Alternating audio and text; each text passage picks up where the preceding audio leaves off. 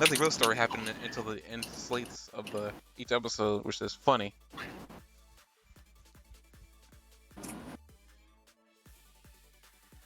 Give it a minute for Twitch to realize that I went live. And thank you again. I really appreciate it. Anytime.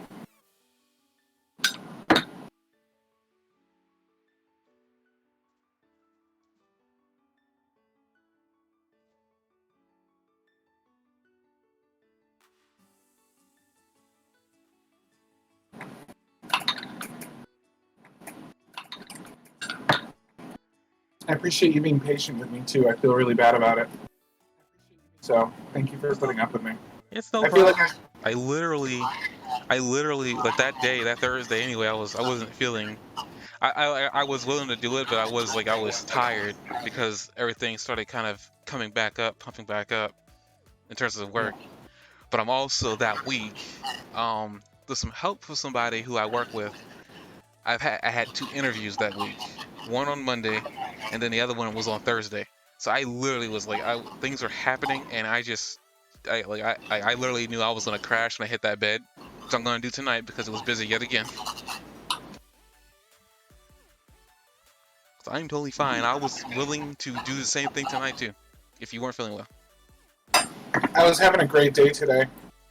I stopped working at about 3 o'clock and did a whole bunch of housework and cleaned, took out the trash, brought it downstairs, broke down all the cardboard in the basement, and cleaned and replaced all my cleaned and redid all my filters and replaced the water and like a whole bunch of other house chores and stuff like that. I went for like 6 straight hours. Jeez. It's really nice when I have a normal day and I have energy. I feel great and I get so much done. And then I have a crappy day and sometimes I'll just spend the whole day in bed. It's just really frustrating because I know what I could be like. You know what I mean? If I was just normal, because I get these little previews of it. It's just really frustrating that I can't just do this all the time. You know, and if that's what I'm supposed to be doing, I wish I could do it. Speaking of normal, welcome everybody to the next broadcast of the Anime4All podcast, season 2. With this one, there's one more episode of My Hero before there's a break. I suspect it's only gonna last a week. I could be wrong, but nothing really different on the. I guess as we move forward, nothing much different on our analytics right now. I am slowly starting to see that it looks like the places that our podcast is listened to the most is on Google Chrome. So I guess people are listening to this through the podcast through the Google podcast thing. Which thank you for putting up with me and my friend here with nerding out about certain things, and also me getting upset about a motorcycle that keeps getting brought up weekly. It's becoming a thing now. I don't appreciate it. I mean, I love them. I love Hermes. I would loved Hermes too if he just made sense. But moving on. If you didn't love him, why did you bring him up? What, do you like fighting? I just want more. I just want some story with that guy in story that makes sense. But moving on. Hey, nothing much going on here. We're still sitting at 3 followers, which is nice. I hope it looks like we're getting more hits everywhere else, so it doesn't seem like people are definitely clicking on us, and we think we might lose them within the first couple minutes, which I apologize for that if any of that's happening right this second. But with this, we're gonna talk about episodes 100 and 101. Yes, that's right. 100 of My Hero, 100 episodes of My Hero has aired last week. We're now at 101, but we'll get to 101 real soon. If you want to keep your podcast listeners, why are you saying things that are going to get your ratio, like shooting down Hermes from Kino's Journey? I don't think it'd be a shock if there's anybody here who I've been really wanting to figure out some way we could get some interaction with these followers, but I've yet to figure this out. I'll work that out at some point, but I know there's got to be a way to get some interaction here. Because I like to be able to talk to these people who are saying. Then again, if you guys want to hit me up on Twitter, you can. The handle is thegamehunter09. Usually, if you follow me there, you'll probably see a lot of other streams popping up, not just this one. But hey, if you want to talk about anime, hit me up there. I think you have a Twitter. If you do, you can pin that here if you want, Mr. Spirit Magic Helmet. What's your TikTok? Don't have one. What? I just don't have one. What's your Instagram? I don't have one either. Facebook page? I want to keep that personal for family and friends. Do you ever Reddit? A what? Reddit? No, actually, I don't, and I don't think I can make that one. That had to be something else entirely. Are you on MySpace? Wow, I haven't even heard that name in forever. You make me feel old. Thank you for that. I figured once I clearly established that you know nothing about social media, then I was starting to wonder if you were like, boomer mode or something. I have a Twitter, as far as where all the content that I ever post online goes. My Facebook is strictly for family and friends, and that's just how I feel about it. I didn't even really want it. I only have it because of a friend a long time ago. Haven't talked to him in forever, actually. Wonder how he's doing. Okay, but coming back to anime, episodes 100 and 101 of My Hero. I guess we can talk about episode 100. Essentially, there we come off the final episode, well, the final episode of the arc with the joint training, not joint training, but the tournament thing that they had with a class 1A, and class 1B. At the beginning of the episode, we see that Shinzo is still talking about where he needs to improve. He's not happy with just passing. I guess that wasn't either I didn't see that line in the episode prior, or I just didn't pick up on that he passed. But I'm still confused because it seems like they're still saying that he might not get into 1A or 1B because they're still critiquing him. That's what I got from what Vlad said. What? Last podcast that we talked, like you said that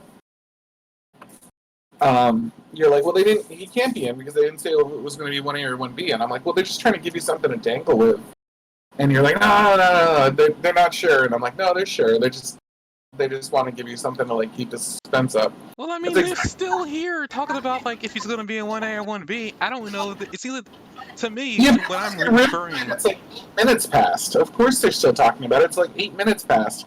They need to reconvene and take a vote on it and decide where he's going to go and stuff like that. Like, yeah, they were like, like they didn't decide before where he was going to be. I think this was to like see where he placed, but they got to talk about it first. They're talking about critiquing though. I mean, I don't think he's in the class yet. That's what I'm saying. It seems though. I mean, they would at least said that he was going to join 1A. They're still talking about, like, at least from the sub episode that I've seen, it seems like they're still trying to figure out if he's going to be over there. I mean, he says probably, and then he says most likely. That's still not that's still not a definite.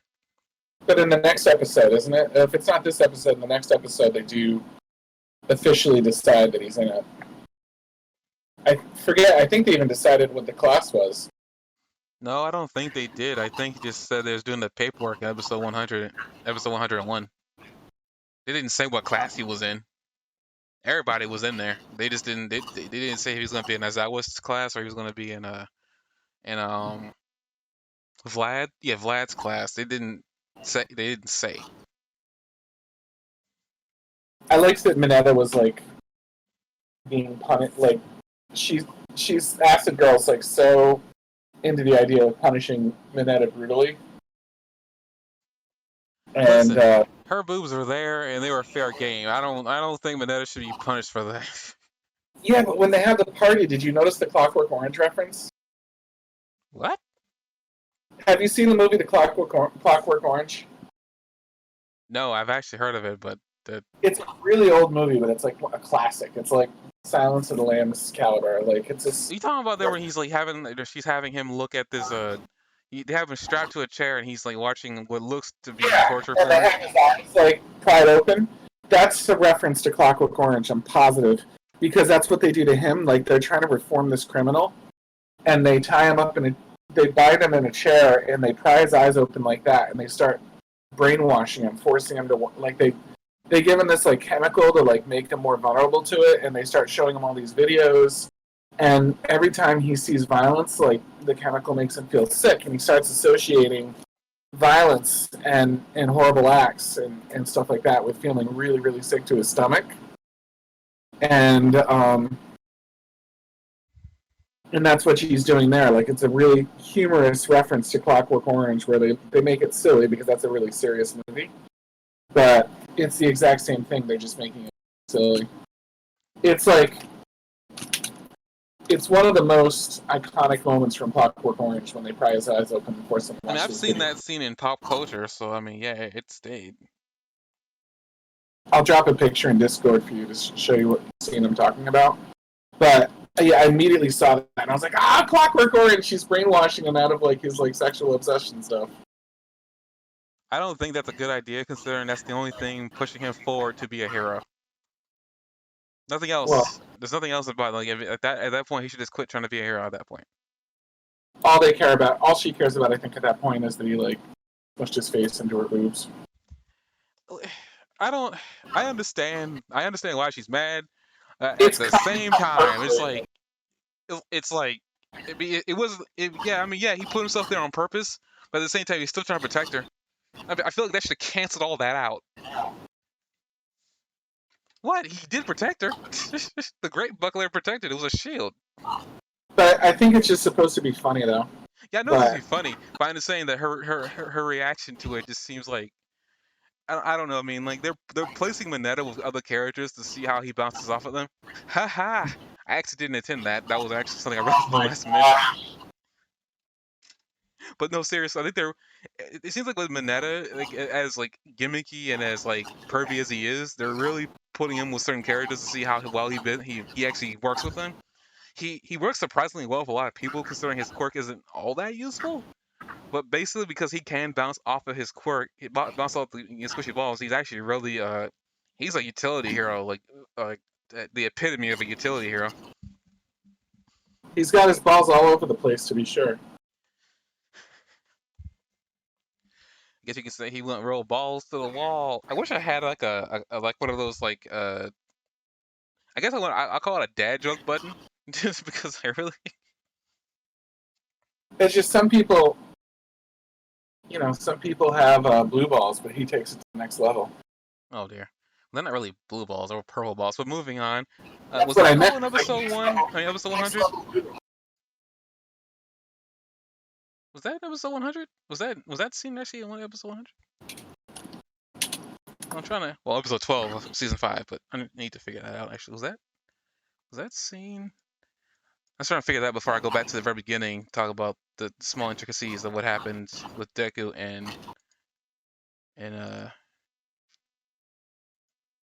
Oh, that's right. We gotta talk about Monamo actually. Oh yeah, and that Aizawa line, that line from President Mike and Aizawa. Huh? I don't see that here. I'm skimming through it, but I don't see that. Must be episode 101 then. And what's happened before the Christmas thing?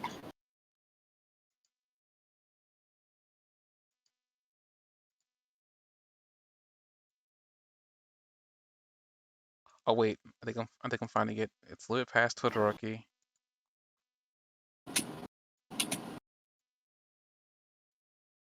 Sorry doing this live, but just trying to.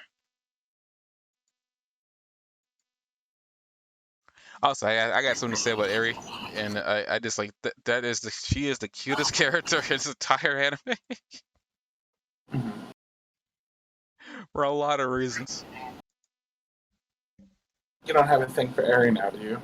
No, no, just I find like I rarely feel anything for characters that are supposed to be cute just for the sake of being cute, but Eri is a different type of cute. I should say more adorable actually. That's probably what I should say. She's more adorable actually. She rocks the turtleneck, to be sure. I can't find it in episode 100, so it must be in episode 101. But basically like back to Shinzo, he's talking about how he needs to improve. He's not willing to accept just passing. He pretty much wants to be able to stand on his own. And he's saying is that like for he was talking about how like, how he's trying to use his strength for the strength's sake, trying to help out Deku, trying to help him get control over Black Whip. And pretty much Deku pretty much comes down. It's something that Jock says that Deku was not MVP during that entire situation. Deku brings up the fact that, like, you talking about having strength for strength's sake. You know, he was not able to perform adequately, even though he still won. He wasn't able to perform adequately in that situation. He lost control of his power again, endangered a lot of people in that entire situation. Freaking punched, well, not punched, like slapped Ochako in the face accidentally while she was trying to save him. Like the entire situation, Deku was realized that he wasn't all that helpful at all. He was more of a he was more of a detriment than anything else, trying to like make Shinzo feel better. Then yeah, they pretty much say that now they're gonna have a review to see where he's gonna end up. We see Monomo, the guy who likes to talk a lot, even though it's kind of funny that we don't see what's her name again? The girl with the big hands, Miss Clap. I forgot her name. Shoot, Oh God, what is her name? I forgot her name. Dang it! Why Well, did I anyway, forget her name? it begins with an F, doesn't it? Fubuki? No, Um, the hero or something. Yeah, but big yeah, hands. I'm afraid to look Meiji. anything up. I don't want to get like spoiled. Big fists are quirk name. Itsuki Kendo. Kendo. Kendo. Okay, nothing like I said, but still, Kendo. Well, you had like F. Her. You talk about her quirk. Her quirk was called Big Fist. So you weren't Okay. wrong. But I'm surprised she wasn't there to, you know, karate chop him in the neck. But oh well, whatever. He still served his purpose because Aizawa points him out. Well, before that, you know, Deku's still trying to figure out why he wasn't able to activate One for All. He was so concerned about him blowing himself up trying to use it. We see Aizawa then talk to Monoma saying that I'm gonna need you to come by see Eri later, and that catches him off guard because he wasn't expecting that. Pretty much as we're talking about Eri, we cut to Lemillion and Eri, and apparently we see Eri. She's adjusting to life outside of what's his name, Chisaki's control. Apparently she couldn't write. That I was not aware of. So that was cool. Another one of those moments where she's just being adorable. She's learning how to write. She wants to thank Deku for everything. Huh? How did she learn to write in like 15 minutes? I don't think she was learning. She just learned there, or she was. I think she was actively learning, probably.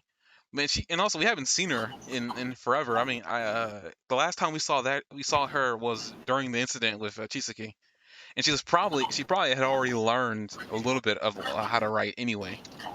It's like, I mean, Mm-hmm. she must have been in preschool so that during the time she might have killed her parents. So I mean, accidentally anyway. But like, so I'm pretty sure she had some motor skill. She just probably wasn't able to. I thought she couldn't like form sentences, but I think I was wrong because she speaks full sentences during the entire situation with Chisaki. So never mind. I know where I got that from. But but yeah, that was like a adorable moment between Lemillion and her.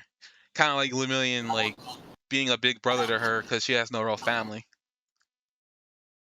Yeah, I like that. I like that. That's like the way he can be a hero. So he's being the best hero he can be right now. I really miss Lemillion. I hope that they give him powers back at some point. I mean, I Well, know there are that. hints that they're trying. Like I said with Monoma, there are hints that maybe she might be able to. She's still able to act when she activates it again. They need to get her to be able to control it, which is kind of the biggest problem with her. Is that if she could rewind damage that was done, she probably could give him his powers back. You never really know. Yeah. I don't know. I mean, I've heard lots of rumors that they're really setting her up to do that, but I don't know. I mean, I hope he gets his powers back. He doesn't really need them because I mean, he beat Chisaki down to a pulp without them. I mean, seriously, he didn't need them. Like, I think like that's what really makes Lemillion cool to me, is that he doesn't need them. If he needed to be, he could easily be a hero without a quirk. But I mean, Right. we'll see what happens. I would like his powers back because I would like him to be able to slip through things. Because I mean, his power is really cool with how he fights. Uh, Yeah, I like his personality. I like that he's like so like I don't know, like he's so like on par with the best heroes that we've seen. Like they really do a good job of making him, like pure and innocent, like Midoriya, and like really like kind of reminding Midoriya of who he is. You know what I mean? That like part of him that could be so easily lost is like more like wrapped up in like Bakugo and people that are drastically different from him. It's nice for him to finally have someone around that isn't like drastically different. You know what I mean? Like somebody, I don't know. I appreciate that about it, and like I don't know. I feel like this. I feel like Lemillion is different than Deku. I mean, yeah, they have similarities. Deku shares similarities with everybody. I mean, if anything. I feel like he's the most like Deku at the core. You know what I mean? At like what makes Deku heroic. Like I feel like it's the most like him in that respect. So I'm very grateful for the fact that Midoriya can see someone that shares like that kind of pure and simple value attitude about it, but it's like sort of a big brother factor in that he's not like old enough to be his mentor, but he's old enough to be kind of a big brother role for him. I really like all those things about him. Yeah, I mean, I'm glad that Deku does have somebody like that who is more powerful than he is at this current time, and technically still can still outclass him. But speaking of Bakugo, we cut away from that cute, heartwarming moment with Lemillion and Eri-chan, which by the way, we will see more cute, warming moments with her later on. But I guess another thing too, I guess we did talk about this before at the very beginning of this podcast season 2, that it is winter for them in this show, and because next episode's a Christmas special. Well, at the end of it anyway. I didn't think that was actually going to be important, but apparently, I guess the weather is actually important enough to have a Christmas party. But back to the current episode, we're talking about Bakugo. Essentially, now like we see Bakugo like training with Deku. Well, Deku dodging explosion blast. With like Bakugo here trying to help him, I guess, get control over Black Whip. And All Might is over here having a heart attack. Uh, but I guess Bakugo being Bakugo, doing the best he can to help Deku in his own weird way. We essentially learn here that Deku has locked away forcibly the Black Whip because he wasn't ready to use it. We're getting more hints that One for All is definitely responding to Deku's emotions.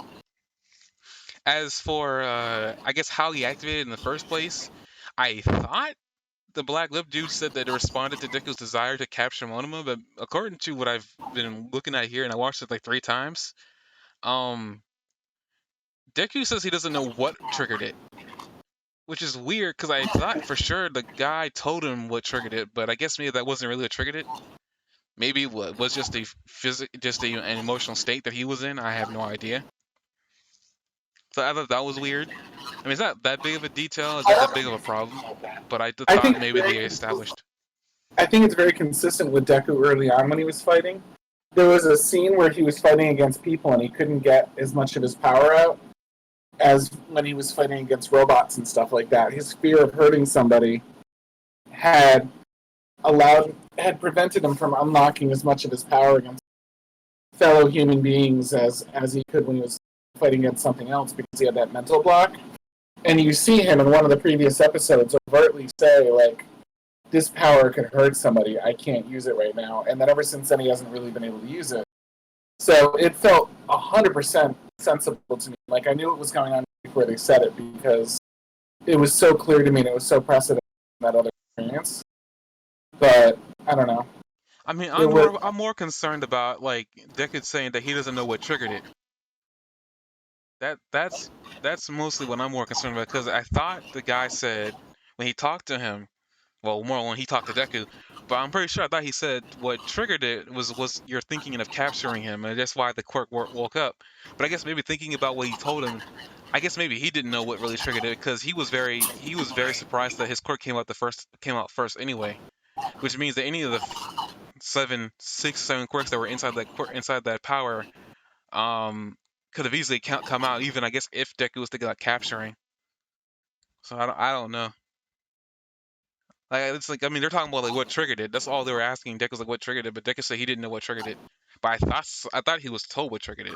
But maybe that was wrong. Maybe it's one of those things where maybe they either forgot what they said um or maybe that was a lie that it wasn't him thinking of capturing Monoma was what triggered it. Actually, going back, I just realized I skipped over something entirely dealing with Eri. Um, Monoma does meet up with Eri, well, Lemillions with Eri, and we see Monoma show up, and essentially Eri says like, "Oh, that's the bad man," and he's like, "Why did she say that?" And he's like, "I told her to avoid you because you're the bad part of UA." Right. Like, geez, that was horrible. But essentially we find out that Monoma was asked by Zao to come down there to copy her quirk to see if he can't help her teach her how to use it. Oh, it is here. The scene where Manette is being tortured. I thought it was in episode 100. I wasn't sure, but yeah, it's here.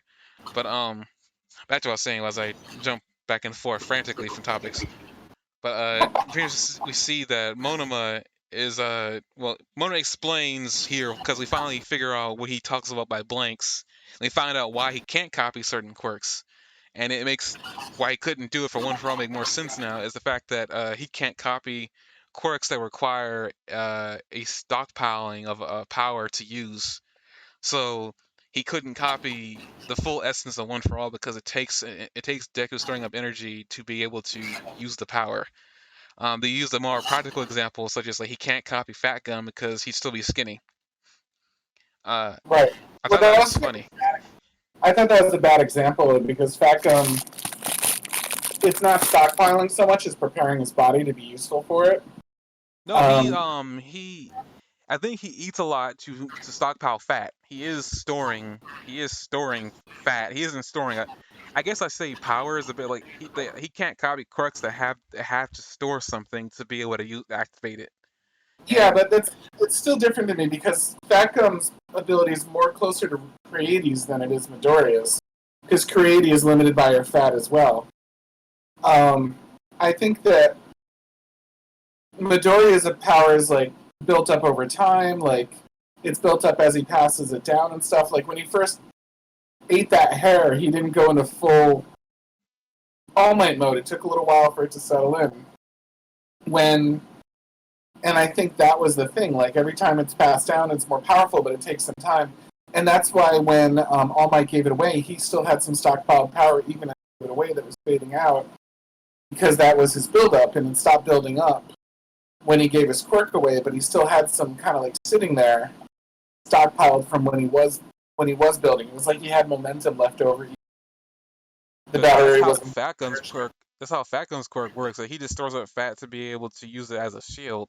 Yeah, it is a But body thing, but I like the whole concept is like Momo was saying that he can't. Well, not Momo, but Monoma says that he can't copy. He can copy the shell, but he can't copy the innards. Monoma has some fat. He would be able to use the ability at least a little bit. And if Monoma was somehow fat when he copied it, he would be just as fat, just as powerful as Fat Gum. It doesn't strike me as the same kind of. I don't think he could be as fat as Fat Gum. I don't think he can because Fat Gum's shape is different.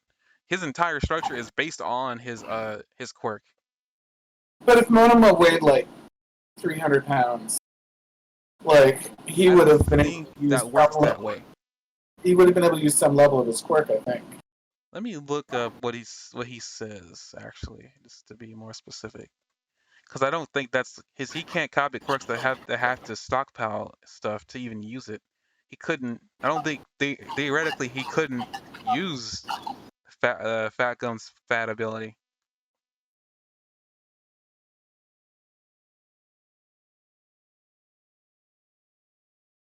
It didn't make sense to me when he said that. Though it's like, why? It's like He it can't. struck me as a. He can't copy the energy. He can only copy the essence. He can't. Not the essence, but from based on one way he made it sound, he can only copy a shell. He can't copy the entire thing. like like like an egg.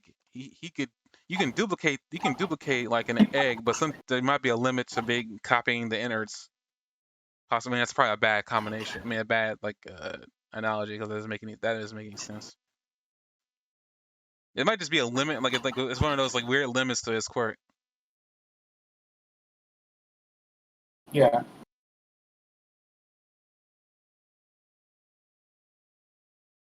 What do you mean by blank? It means the same type as yours. Your quirk is stockpiling one too, right? I copy the nature of the quirk itself. If a quirk's where you accumulate something and change it into energy, I can't copy what needs to be accumulated. For example, Fat Gum's quirk is one where you have to stockpile fat. Even if Momo copies it, he'd still be skinny. So his quirk is more of like he duplicates something versus him transforming. If he was transforming as he copied something, it'd be a different story. But he doesn't exactly transform. Right.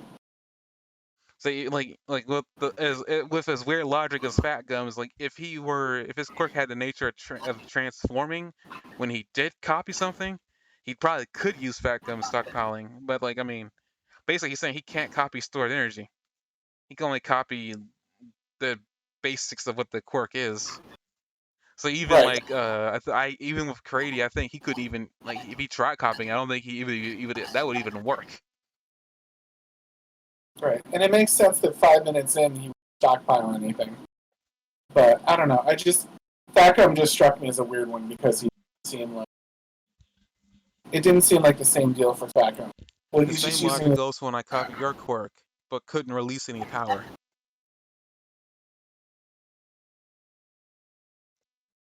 He can't copy stockpile. I mean, granted, I guess with that logic, like, why couldn't he just find a way to stockpile the power on his own and enjoy using it? But I don't know.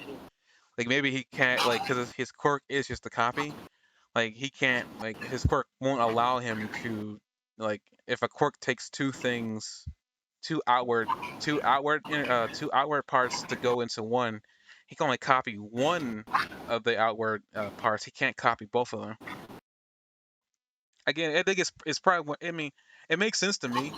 It may not make sense to you, but like, I mean, at the end of the day, it's just a weird limitation of his quirk that he has. Again, yeah. it's just a way to make sure his power isn't overpowered. Because in reality, his power is really OP, technically speaking. Because I mean, he could just take anybody else's ability and run with it. But For 5 minutes. I mean, he could extend that. Who's to say in his prime he can't make it infinite, or how long he wants to take it? Because he is just a high school student. It's a possibility. He could extend it more than it is. He already said what he used to be. He can copy more talents now than he used to be, but a law of this universe is that all quirks have a limitation, so it wouldn't make sense within the universe rules for it to do that, but it could be a really powerful. It could be more powerful over time. I mean, with that logic though, Deku, like Deku's gonna be able to work past breaking his limbs. At that point, there isn't limitation on his quirk.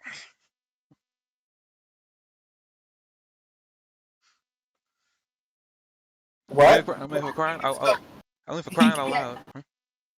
he still hurt himself if he used it with too much. He can only use what, like almost 20% or something.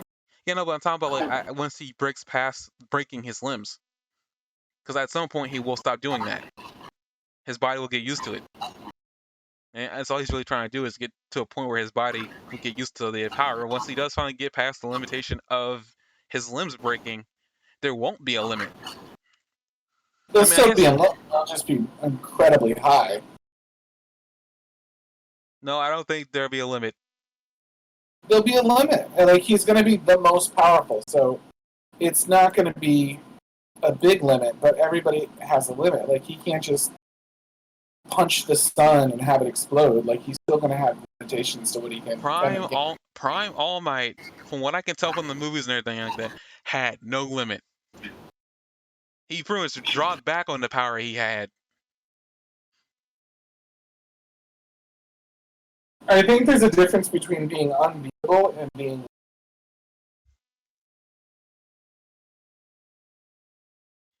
There was no limit that I saw on Prime All Might. Because he was way stronger than everyone. There was still no limit. I mean, he's the only one, but there was still no limit. I'm just trying to make an argument that he could like there's got to be something he can do for copy ability, at least that way, because I mean, it's OP in in certain aspects, but it isn't OP in others.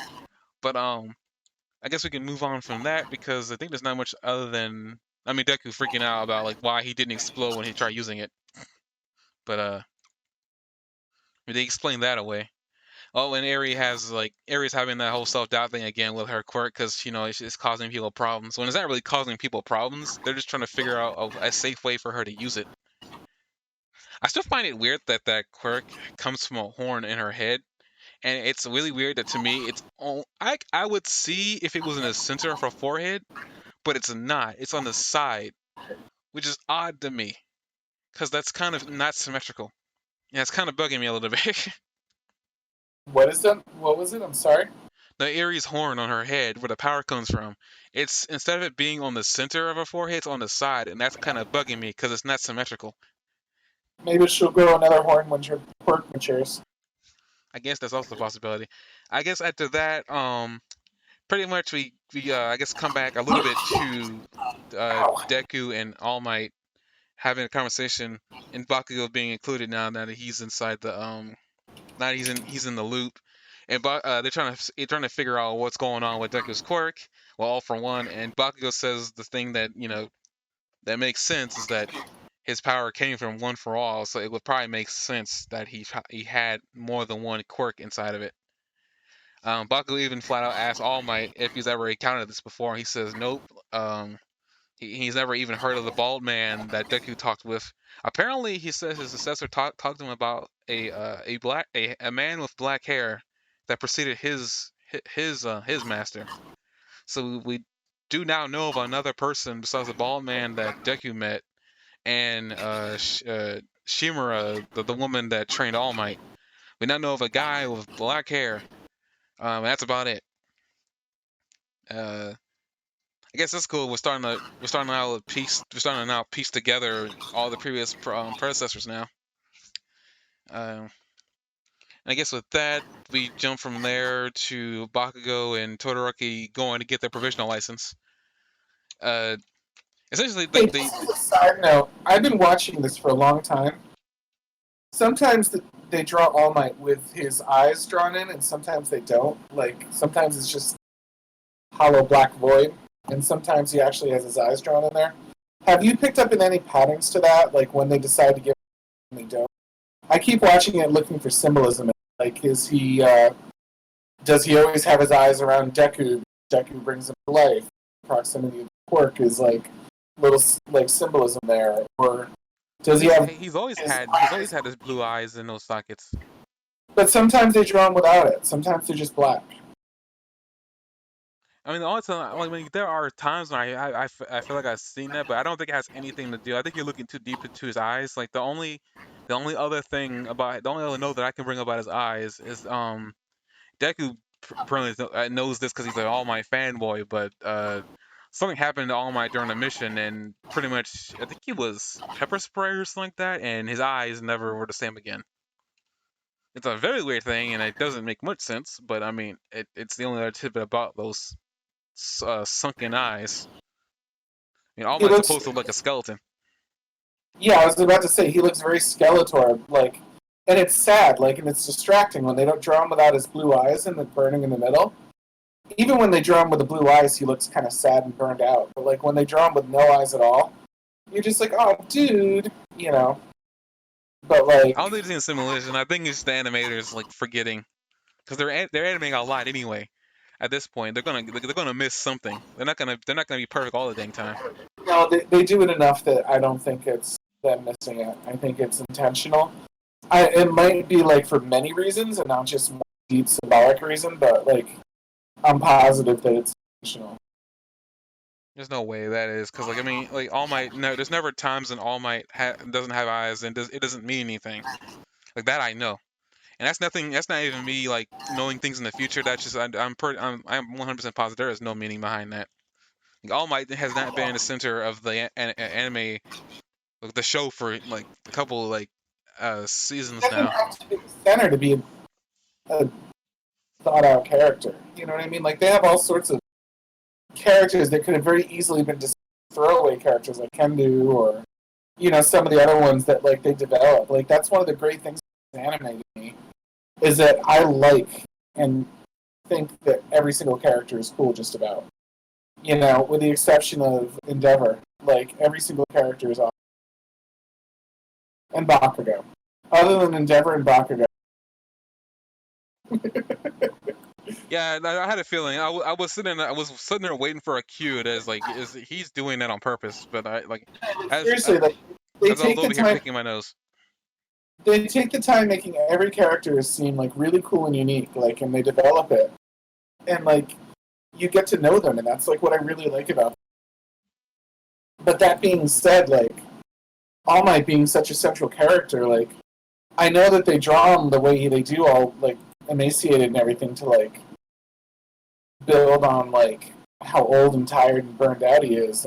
Also, sort of like a warning to the pro heroes that word for being a hero is like ending up old and tired like that.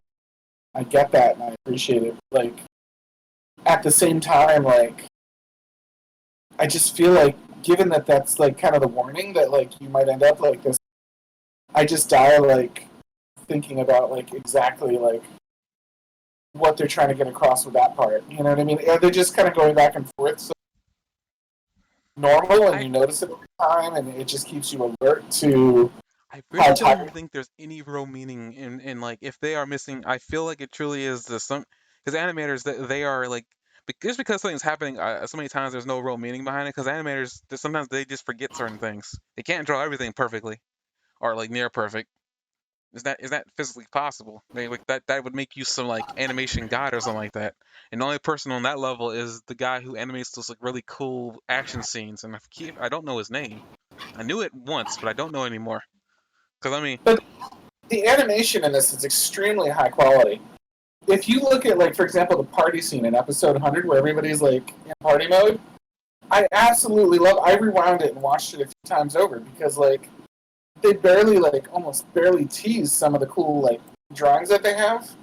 Like, I mean, I don't want to say this because you know it's like a running joke with me, but like Floppy and like that oversized sweater is like a really cool outfit for her.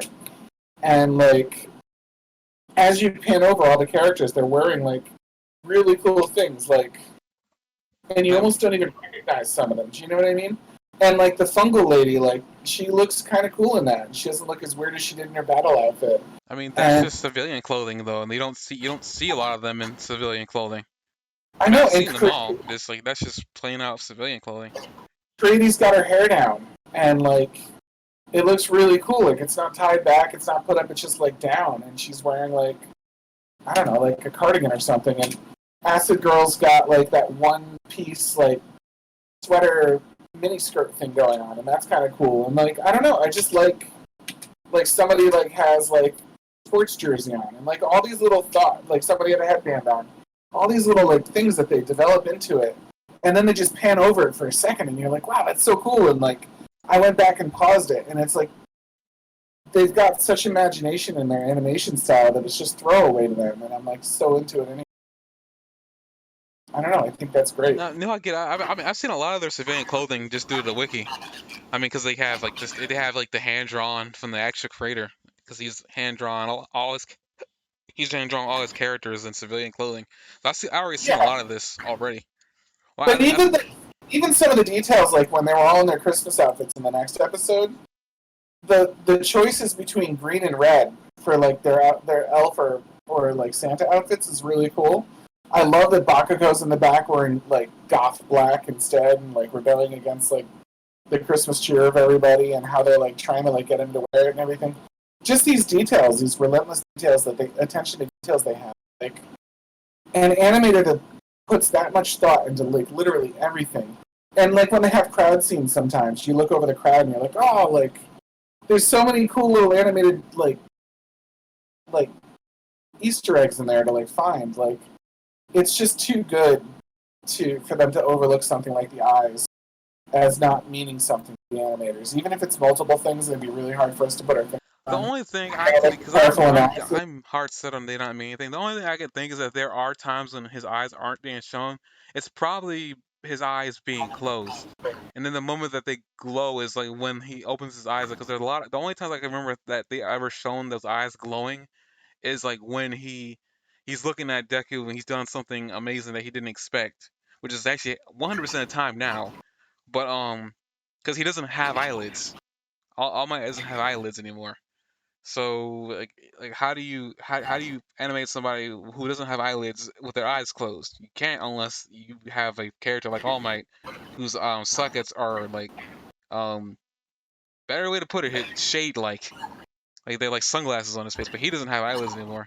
So if anything, I would attribute that to his eyes being closed or I like his mean, eyes halfway open. They don't. I don't think they mean anything more than that. There's like that. I doubt that because he doesn't really have that much of a his role in the series, even though it's important, is really just the mentor character to Deku. He can't do much. I mean, by the end of this episode, you see that he can't do much other than maybe save a person, but almost get himself killed and have somebody else had to save him. yeah. Which I mean, I grant that's symbolic in its own way, showing that All Might isn't the hero that he is anymore. Because I mean, both times that he's been in danger and been saved, it's been either by Deku or Bakugo. Deku kicks the cement block that's gonna fall on him during the when he discovers shoot style away as a way to say that now he's protecting All Might. And Bakugo does it here when the Carbonation dude like loses control over his gauntlets and slices one of the street lights. All Might, without thinking, jumps in the way to save the woman, but almost gets himself hit. Uh, Deku, not Deku, but Bakugo jumps in and saves him. I guess, this is one of Yeah. those small details that shows that All Might can't protect anybody anymore, other than the small things such as like saving an individual who shouldn't have been out there to begin with, uh, getting put in danger. Because apparently people are all like, "Oh, it's All Might," which is kind of fun to still recognize him. But Yeah, it's such his a fall from grace, though. Like, it's just like, oh my god, like, you're started to be pitied now. And I feel terrible feeling bad for you because we're so mighty. But there's none of that left, really, except for, you know. But that's what the eyes represent to me is his spirit. And that's why I keep looking. Like, I perk up and draw attention to it when his eyes appear. I'm like, is that him, like, having some of his fire, like, come in emotionally? And, like, is that what's going on here? Or is there something else, you know? again, I don't think they really mean anything. Some of those things I could say like, okay, his eyes coming in. Like I never thought about it at first, but I'm pretty sure it's got to be because they can't animate him eyelids. He doesn't have eyelids. It's like He his doesn't eyes have. his eye holes I are think that's right. literally burnt away. He doesn't have eyelids. So Yeah. if there's any real way to show him having his eyes closed or his like, because animes they do have like some people when they see something their eyes like really open wide, but his eyes are always open wide. He doesn't have eyelids. You can't show expression in with him as easily as you can as a character like Deku or Bakugo or like Todoroki or people who actually have like who faces aren't who he isn't emancipated as you said before. He hasn't been used up. But Yeah. I guess with that, like talking about like All Might saving that one person, we see that there's a villain who I guess is a day job. Who doesn't have a day job. I don't know. I don't know what's going on with him, but he has carbonation, a control over carbonation, which it looks like water.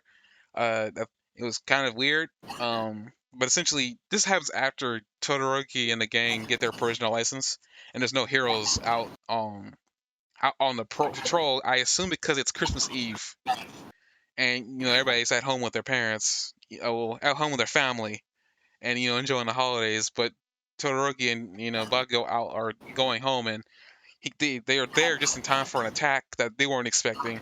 And it's really weird that entire situation. He kind of like the gauntlets reminded me of like Bakugo's like gauntlets, like how they're supposed. I guess they're supposed to be helpful for him. Uh, Essentially, they have a fight scene. Todoroki ends up like showing some new moves. Well, not new moves, like old moves, but he gives names for them now. One of them I did not know how to name. It was the ice wall. Well, no, he doesn't give a name for that, but he apparently has a name for that ice wall technique because he gives it a name in the next episode, episode 101. I didn't even had know it had a name until he said it had a name. I was like, okay, well I'm happy that it actually has a name. But he also does the flash heat freeze. I forgot what it was like, heat flash freeze. It was like that move that he used when him and Deku clashed in the tournament. It was kind of That's cool. such an awkward name, Heat Freeze. Like, I don't get the point of that name. I tried to think it through and I just couldn't think it through. It sounded. Heat and cold expand. It's pretty much like he's making an explosion He's constantly heating and freezing the air on in front of him, and it just causes a big explosion. It's a projectile. It's like the only move that we've seen him have that actually has any real oomph to it. Because all he's really doing is just heating and freezing the air around him. It doesn't really do much more than that, but just do some damage. Yeah. It's just him combining both sides of his power, which he hasn't done a lot of. So there goes your nuance. So I have another question for you. Episode 100 at 10:38. Are you telling me that they're not deciding there that he's going and he's being accepted into the hero training program? Because if not, what are they talking about in that scene?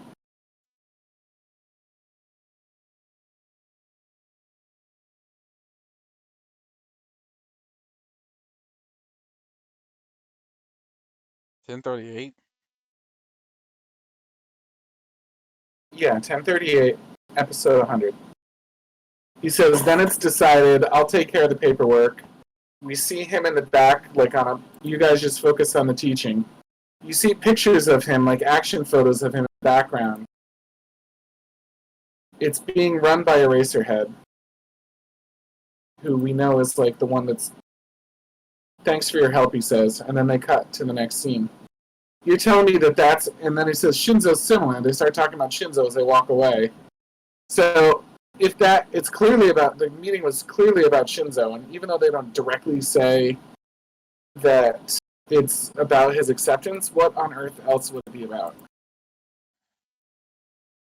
I don't know. I mean, that looks like just for me. I wish they would just flat out say it versus But just all they did. this pussyfooting around about like if like what they're gonna do. I don't like They did. the fake intrigue they're trying to put into this. They didn't say that which class, like that was kept from us because it's like they want us to be engaged and curious about what's going to happen next. But they told us there straight out. There's no other way to interpret it. They told us straight out there that he's moving on. They're going to take care of the paperwork, and it's decided. There's no other way to interpret that. Okay, I mean, I looked at it. I said that I just saying that like when I was reading the manga, because I don't think I got to this point in the manga. This is kind of where I stopped.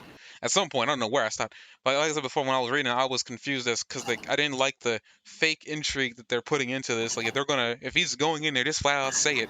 I mean, granted, he kind of flat out said it there, but I prefer that they said Shinzo's going to the hero class, hero course, versus all Yeah. this. I'll take all the paperwork. Because like everything, like what? Okay, I get all that, and it does look like he's moving on. I just didn't like all the fake intrigue they're putting into it. Like at this point, like we've seen what he can do. I think he's more deserving of it than like most people would be. He's proven that he's capable. There's like I just kind of wish they just say like, oh, we're gonna take out the paperwork and we'll let you get to the teaching. Like, can you just say that he's in there, just so I can move on with my life? Not everybody needs it so clearly as you do. I don't think I need it. I just preferred it. It's one of those things like, I got what they're saying there. I did. I even got it when I first watched it. I just sitting there saying this like I just did like how like they're kind of playing coy, but in reality they weren't. Like it just like it seems like they were more to me I was taking it as insulting my intelligence, but whatever. I guess now we're Yeah. at this point. I guess I skipped over this, glossed over this, but there's a name blurted out. And I hope we see who the heck this one is, because apparently there's some backstory on Aizawa we don't know about. I mean, granted, we don't know anything about Aizawa at all, because he purposely avoids talking to people. um, Shirakuma, whoever this person is, has some deep emotional implications with Aizawa. I don't know who this person is. Clearly isn't a parent. I don't think it's a girlfriend or even a love interest. It might have been some friend because we see when President Mike brings it up for the first time in a lot of things, he's got this serious face on him, and we know Racerhead and him go back. So like whatever this is, I don't know what it is. I'm actually interested in seeing what this means for Aizawa's character. Like I hope that doesn't mean we're getting to the point where they're gonna kill him. Because we haven't seen a lot of like Eraserhead doing a lot of things. We've seen him all over the freaking place. We haven't seen him in a one-on-one fight. I don't see them building up for him being killed. They could. I mean, what's the point of even trying to? What's the point of digging into his past now? Like I would have been more interested in digging in his past like 2 seasons ago. Not saying Because his past wouldn't be interesting, but I'm just saying that I was like I would have felt like it was more. It would to me would have been more intriguing a long time ago when we already weren't. At least I'm satisfied with where we are with him right now. Versus like I think because originally his enigmatic nature was what made him spooky. Like they had this like sort of like half crazy like teacher that was like calling bluffs and saying and make sometimes he'd tell them to do something almost impossible and sometimes he'd be like, oh, the last person that comes in last year is getting kicked out of the program. And you know what I mean? And he was testing Midoriya to see if he should kick him out or not. Like he was seriously considering kicking Midoriya out of the program entirely, and then he decided he was okay to stay. And you had like this kind of like rogue element attitude about him. We used to call him kind of like the Batman, but he's not really Batmaning anymore. I don't feel like he has that mysterious element. So now, rather than like keep pushing something that's not really doesn't really have clout anymore, I think they're leaning into the fact that he doesn't really have that aura of mystery anymore, and they're letting us learn about who he is. I think it's time for that. but I would have preferred it a long time ago. Like to me, I'm happy with where he is. I don't really need to know about him anymore. I mean, he doesn't. To me, he doesn't. I mean, his character is cool. Don't get me wrong. I like Eraserhead, but I'm not that intrigued to hear about some really random past because there hasn't been hints thrown out anywhere. This is like the first hint of anything about his But past that would who like he apparently what. who he is so parallel because he's such like a central part of the hero group. Like he's the only one that can really control Eri if she goes out of control. He's a check on Midoriya that you know what I mean, that we can't really I mean, I don't think like learning he's about a his check. past would push his He's a character forward secondary for me. That's the thing. he's a secondary mentor for Midoriya. He's a control for Eri. He's taken Lemillion under his wing. He's done all these different things. He's like he's a balance for All Might. Like he and like he's like a leader of like the Heroes Council. Like whenever he comes in and has something to say, everybody kind of respects him. He's taken Shinzu under his wing as sort of a protege, and like you see him like teaching that.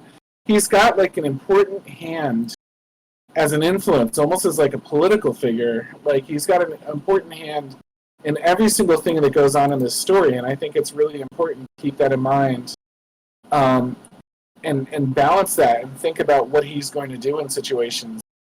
So I think as we continue to get to know him and he continues to evolve in the way that like he's at the center of all things, like we're going to want to be able to guess what he feels about those because generally what he says goes, right? I mean, yeah, I get that, but what? Wait, so I've seen story arcs with characters like Izawa, and usually if they're ever digging into their past, they're gonna kill him. I don't think they can make it without him. I think he's the. I think of the full-blown heroes, he's the most important one to the story, not necessarily to everything, but I think to the story, I think he's in the center of every single plot line, just about. And I don't know how they would make it without him. I just don't think he's expendable. Yeah, there are times in anime where I thought a character wasn't expendable, and the animator, the creator didn't care. Like the whole point of them was to have them there and then cut them when the time was necessary. I just like I feel like to me, and I get where you're coming from. Like I mean, it's regardless of when they're digging his backstory. I mean, it's good to know about him, but at the same time, I just feel like I'm not craving to learn about him. It's like, and usually I'm more invested in learning a backstory if I'm craving to learn about a character, and I'm not craving to learn about him right now. I'm just not. And they're not going into it now, and maybe at some point that will change, and maybe I will crave to learn more about him. But because back when he was first introduced, that mysteriousness is literally what I wanted. I wanted to learn more about his background, like what he was like. Because we only got like one like childhood scene from him when he was with President Mike when they were deciding when they were deciding hero names, and we learned how to get Eraserhead. That was cool. I wish that when they had revealed that, they would have continued versus stopping there. Like, really? That's all we're gonna learn is how he got his name is because of some really weird joke with his friend.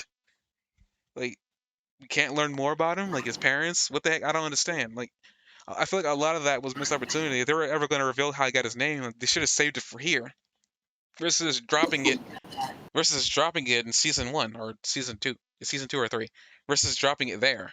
I feel like it was an odd spot to drop how he got his name, even if it was just a joke there, and then have another name pop up from his past. It's like I feel like they could have done that better.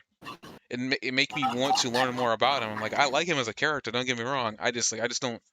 I'm not like when he's there. I'm happy when he's there. It's like yes, he's here. But like I don't. I'm not like sitting here like for me, a lot of times characters like I want if a character shows I want to say I want to know more about you. Where you come from? I don't get that from Aizawa anymore. There was a point when I did, but like now it's just not anymore. It's like it just seems so weird. And they almost killed him in season one. I say almost. They didn't kill him there, but like it seems to me it's like they were like very. I've seen these traps before where they intended to kill a character early on, but decided at the last minute not to, and then they kill him later and upset the entire fan base. Looking at you, Naruto.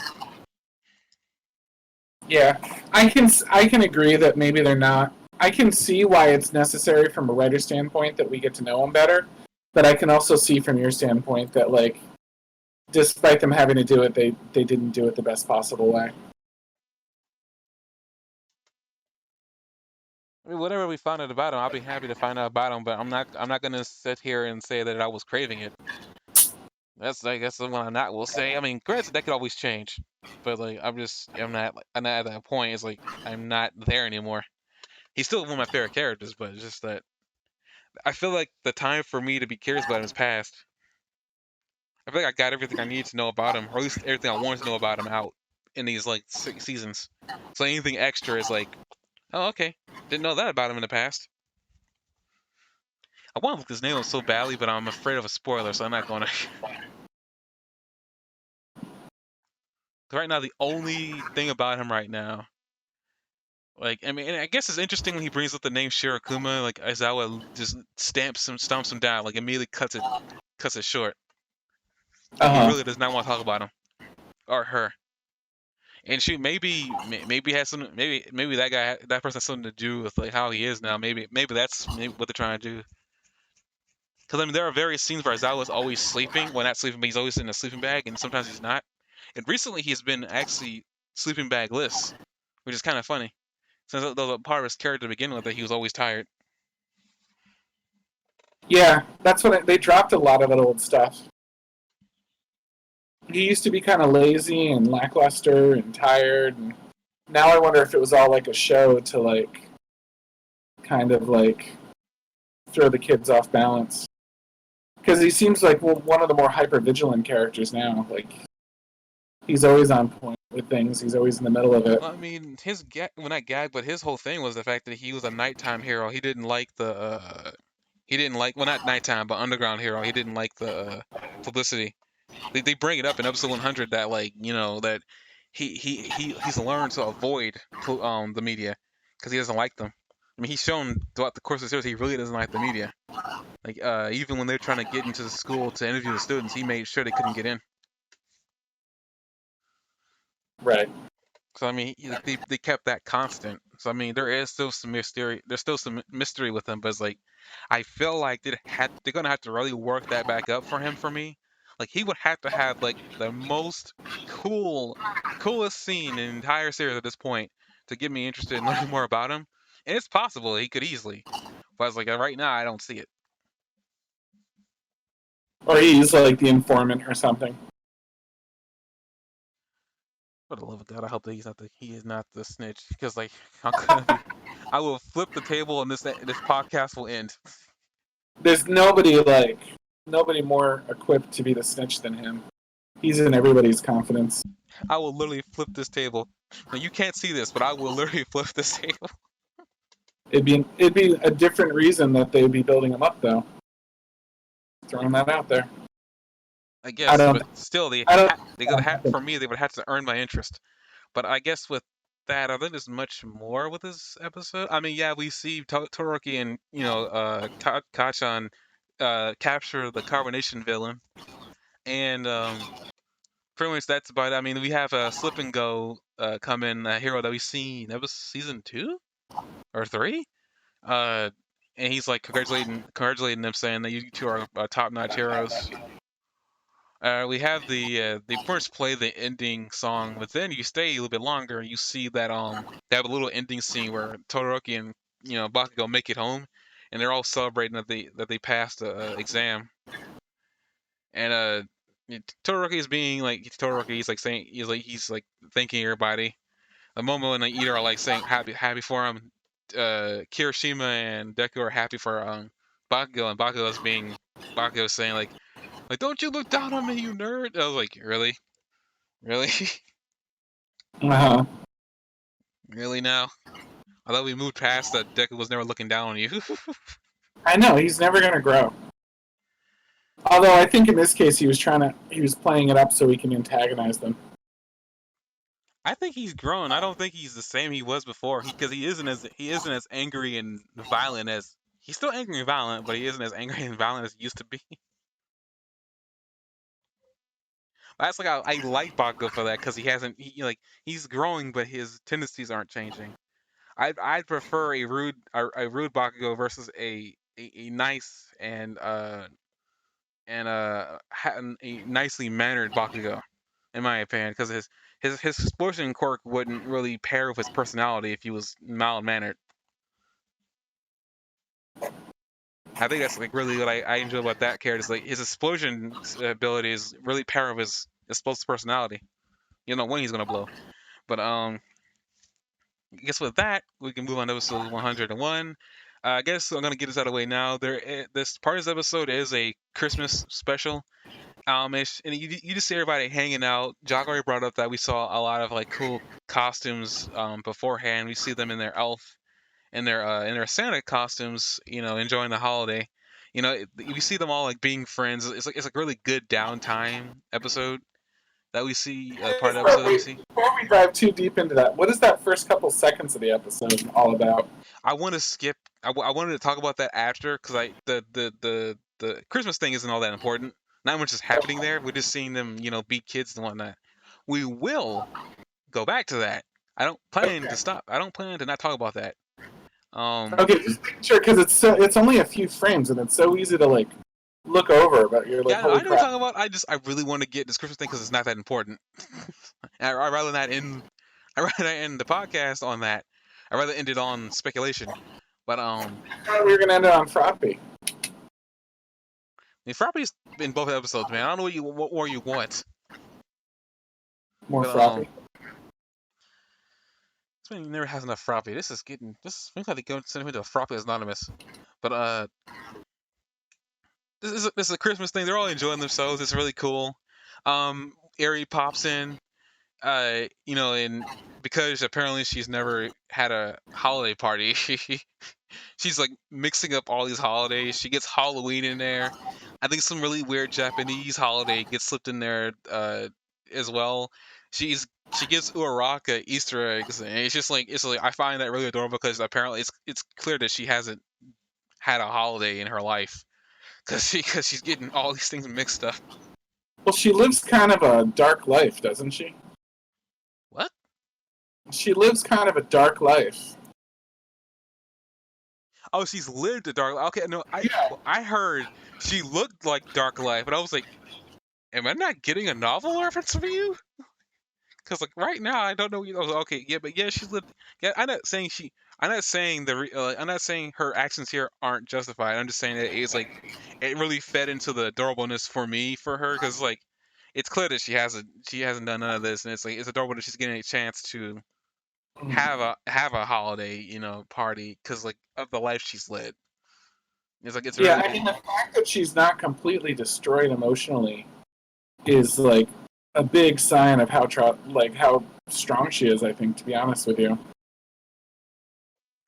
I mean, we'll probably figure more about that and her emotional strength later on, because I mean, it's clear that she can be emotionally devastated, but at the same time, if you cheer her up and say that everything's gonna be all right, she'll take you at face value. I mean, like a 5-year-old kid would, or 6-year-old. Yeah, But she really she really locks into Lemillion, like for example, or Midoriya when she's like my ability is just a curse and blah blah blah. And Midoriya's like jumped in the last episode and like gave her a boost up, and it really worked. You know what I mean? So her being around Lemillion, I think, is fantastic for her, and like it's great that he's doing that much with what he has right now because he can't really do. well, I mean, I guess to log on the whole million thing before I guess talk about that crazy, crazy 5 seconds early on in this episode. Um, Uh, but like Lemillion, I mean, like the one, I mean, the thing with her and him was just the fact that she was she was afraid of hurting Lemillion with Chisaki because Chisaki was always threatening people around her. Lemillion didn't care and was willing to go through any limits and any walls, literally giving up his power to save this girl. At the end of the day, I feel like she probably wouldn't have locked onto him and really attached herself to him. And I mean, it makes sense. Like, I mean, she's the only other like adult quote unquote figure that she has in her life besides Azawa. But she isn't really clicking with Azawa, and Azawa is trying to do all he can to at least facilitate a normal life for her. Um, Based on the fact that it seems like she goes wherever Aizawa goes, like, I guess she might be living with him. I don't think they ever explain her housing situation, but yeah, it makes sense. And how she spends some time at UA. I think Lemillion's still on like leave of the school, like school absence. So I mean, I think like right now, like it makes sense that she's everywhere where Lemillion is. They're trying to make her feel comfortable so she doesn't freak out again. What seems to be the biggest thing with her is that they're trying to make sure she's comfortable so she doesn't lose herself. Because if she did, she would probably rewind the entire facility around her. As they're trying to figure out how to help her, like at least that story thread hasn't been given up either. They're trying to figure out how to help her control her power. So at least that thread hasn't been forgotten. she And has I'm tremendous potential if they can just get it. let me potential to rewind anything. Yeah, I mean, of course that'd be potential. They could probably find a way to put that into a jar and give it to Deku. It's just like, here, break this in case of emergencies. I'm sorry. I just thought about that at the last minute. I was like, just give a bottle of rewind to Deku. What would happen if you did it to All Might? Would Deku lose his powers, or would they both have them? I mean, my theory is they probably would both have them, but the only problem with that is like, I feel like for her quirk to rewind him, that means that there had to be some small speck, even a small speck of One for All inside of All Might. Granted, All Might's also an unprecedented force in All Might, and One for All is the fact that like all the previous predecessors are dead. All Might's the only one living right now of all the previous predecessors. Yeah. So I mean, it's like I guess it's always like I mean, it's always a possibility, but I don't know if they're ever gonna rewind All Might because that would like remove any real tension the story has right now. I think All Might being there would remove all tension. But with that, All for One's just sitting like and biding his time too. I've been waiting for that to blow up. well, When I he mean, I started, think we got full. he started talking to them like from his containment to the people that were holding him. Mhm. I was like, wow, he's there because he chooses to be.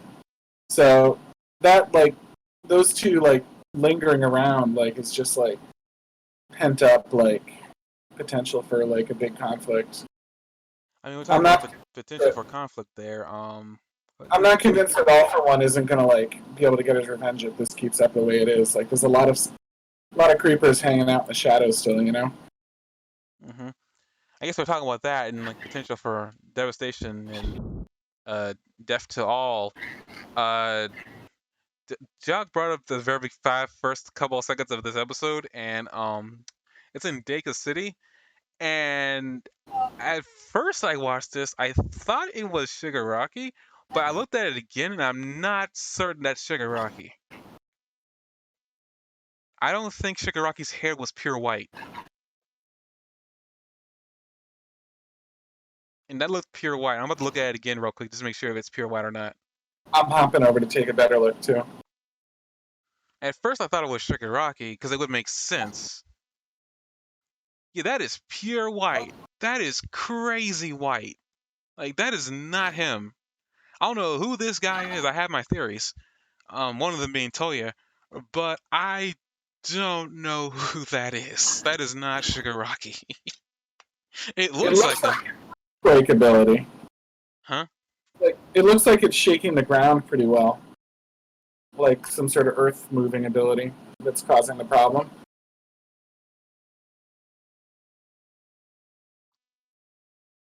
It's not Dobby, right? No, Dobby's hair is black or blue, and that guy is What's his smiling mouth too much is? for Dobby. That guy is smiling way too much for Dobby. Well, if you're like, oh my god, is this maybe Endeavor's lost kid? From what we know, Endeavor says that he's dead. Well, I mean, they said that Anakin Skywalker was dead. I mean, I get where you're coming from, but I don't know. I It's have the my only theories, but I'm not gonna Endeavor's, say. Endeavor's kids consistently have white hair. That's why I was thinking about it. Yeah, I know. I understand where you're coming from. I'm just saying that I don't know. I mean, like I said, yeah, like I said, like they say he's dead, but they don't really know that, and we don't know if there's a grave site at all if he is pronounced dead. But they made it seem like he was dead though, Mm-hmm. for whatever reason. Let's see. But that it was a really crazy scene. Like that entire city was just demolished. Yeah, it's a very like Vash the Stampede moment. It's one of the gung ho guns.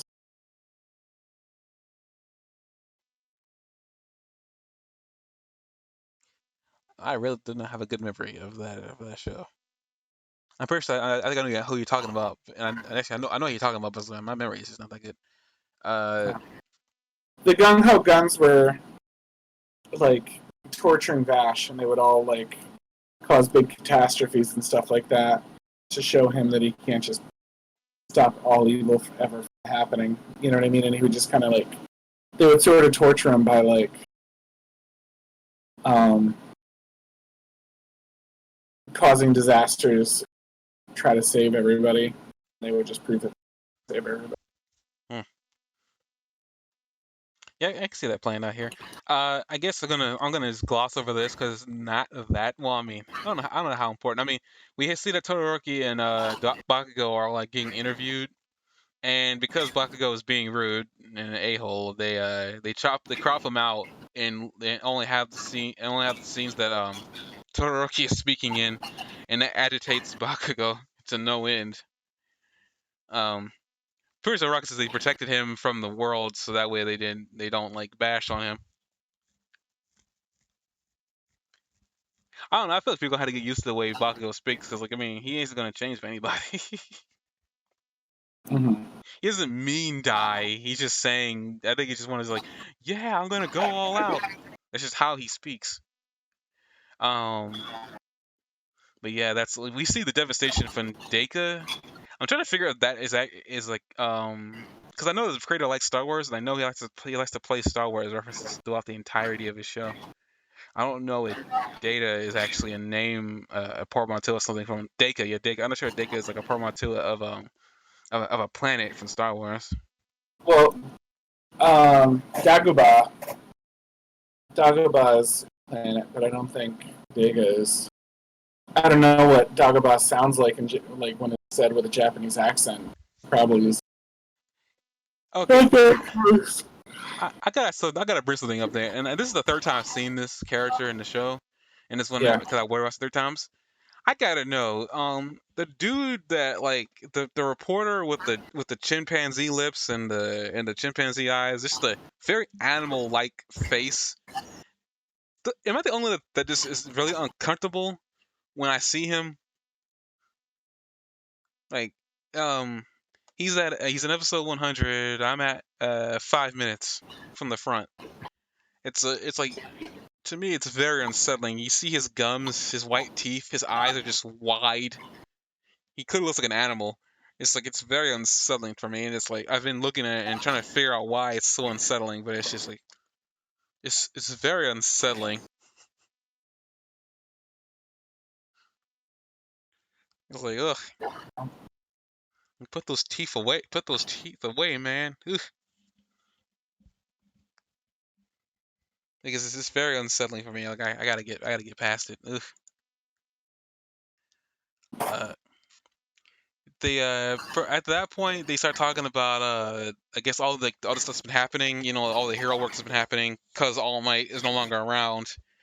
Uh, they bring up Look Boy, and like during his fight with that Nomu that nearly killed him. After all that's happening, we have Mount Lady and Midnight walk in among Class 1A to give them, I guess, well, Mount Lady's here to give them a crash course in show business. Uh, find it that they chose Mount Lady, but I see why later on in the episode why they chose her. But I like how Mineta calls Mount Lady out though. He's like, I'm not one to talk, but she's the most showbiz one here. I like how they have Mineta to be the one to call her out. Just like, I just found that pretty funny, and he's even self-aware how bad he is. Like, that's why I like Mineta is like at least comic relief in situations where comic relief shouldn't be. Um, You're a big fan of Mineta. I just like his randomness. Like, I know there's always gonna be like I've accepted there's always gonna be a perfect character in anime, and I just like that Mineta's the one, just because that's all.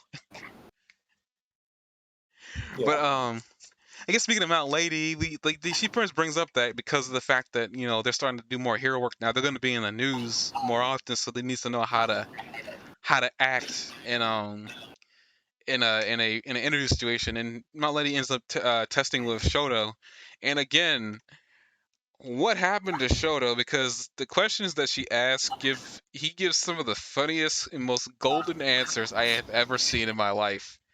One of them is Mount Lady says like like she makes like he make like if he were saving her, he make her heart flutter, and he says, "Do you have heart problems?" He looks so concerned. I know. And then Bakugo's like, okay, so he is kind of an idiot. That was a great moment. I just love, like, what happened to him in his childhood besides what we already know.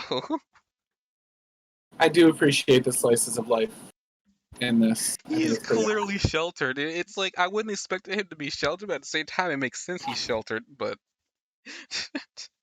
I just thought it was like an extreme introversion, but I could see that as well.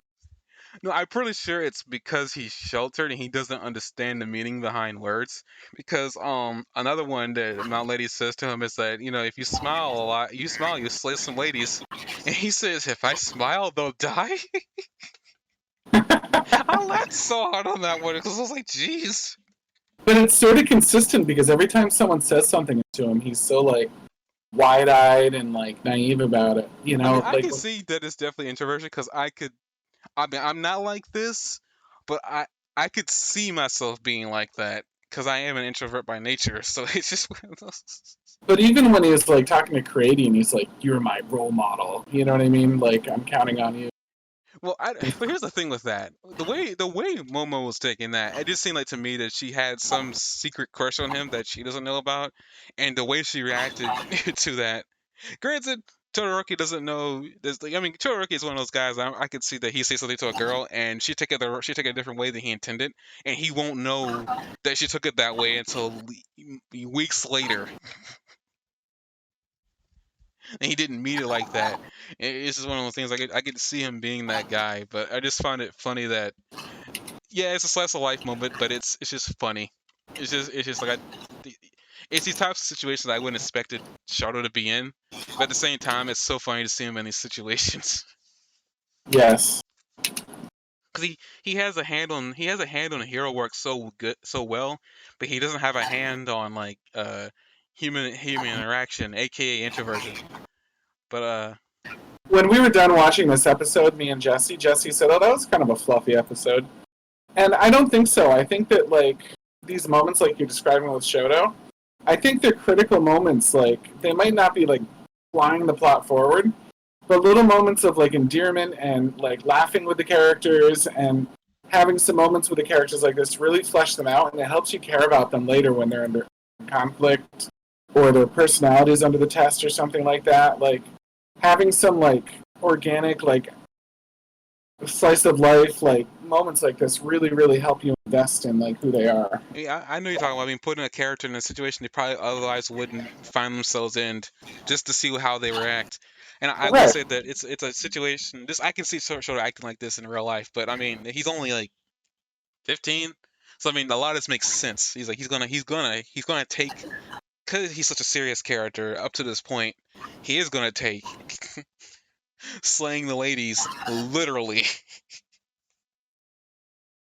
because that's just who he is. But I guess with that, they pretty much like Mount Lady asked him an interview question about what are your special moves, and this is where I bring up that I didn't know his ice wall technique had a name, and if I can get to the name real quick, here it is: Heaven Piercing Ice Wall.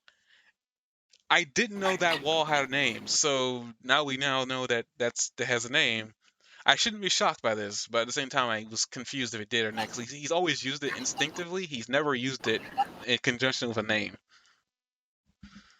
So I thought that was cool. And then I think, yeah, after this one, he does another move, right? Because he covers an area, stops others. It's pretty much crowd control. Flash Freeze Heat Wave is the name of the move that he has, where he expands the heat. Mm-hmm. And they also bring up the movie was trying to do during the fight with 1B. And I don't know if he was trying to do the Flash Fire Fist. From the way he made it sound like he wasn't trying to do that. He also brings the fact that he can't do it, and he's nowhere near his old man's level. Um, I guess that's just more saying he doesn't have as much fine-tuned control over his flames as his father does. And yeah, I'm looking at it right now, and I got to the point where he's like, you slay a laser, you smile, and it's like the look on his face is perfect. I don't know why. I need to get a screen cap of that and use that in this podcast. I'm sorry, it's just perfect. If I smile, they'll die. Just like he's so concerned.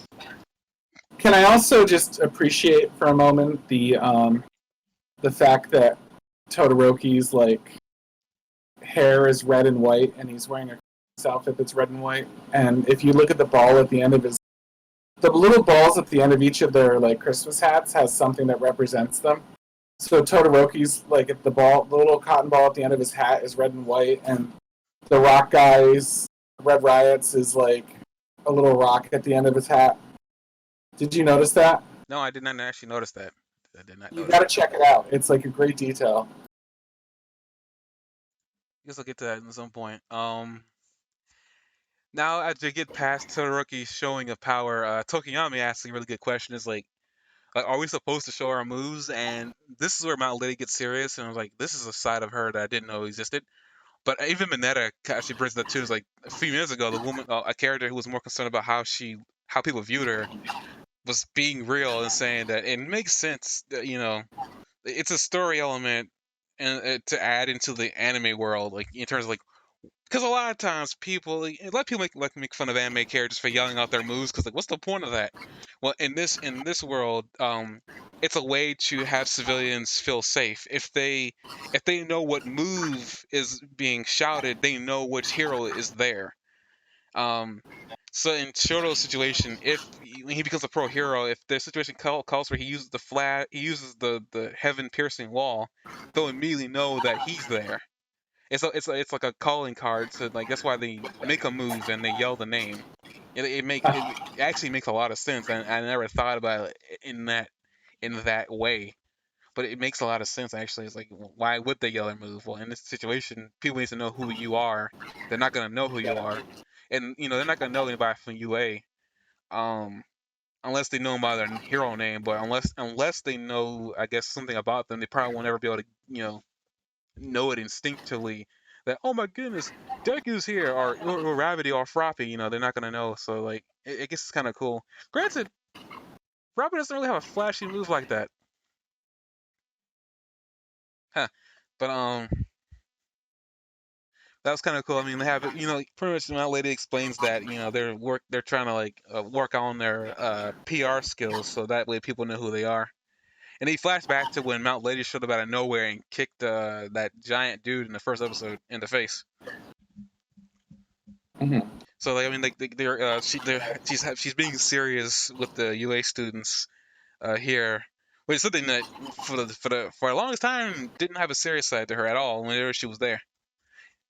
Didn't like her for that, but like, I mean, here it's kind of cool.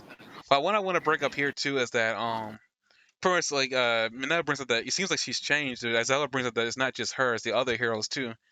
And because they don't have All Might being the one the end all be all force to stop all evil, all the other heroes had got to step up. But I view this as like All Might.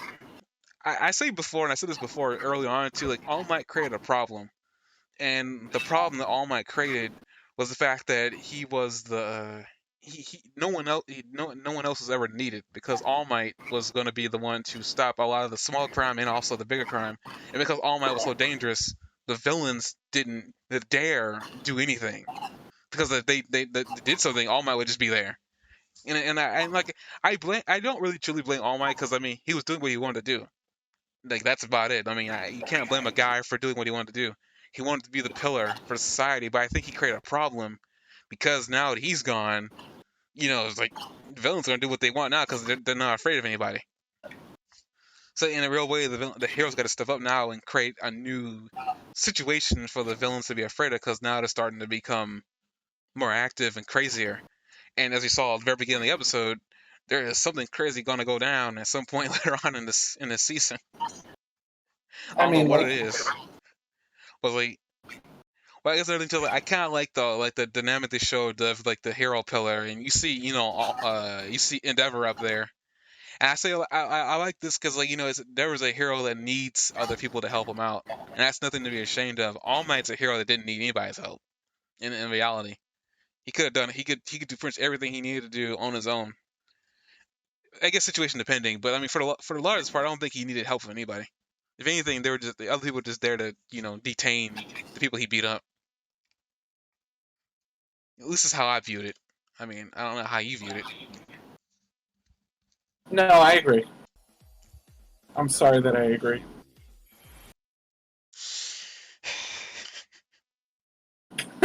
What? I'm just gonna do that. And just move on. Did you just hang up the call or something? No, You're I'm like, still here. he's gone. No, He I'm still dropped the. here. Wait, am I still here? What? Hello? Yeah, you're still here. I'm teasing you. Oh, don't do that, man. I'm having issues with the internet recently. But yeah, we had all the class 1A saying their catchphrase, or what what's gonna let people know they're there.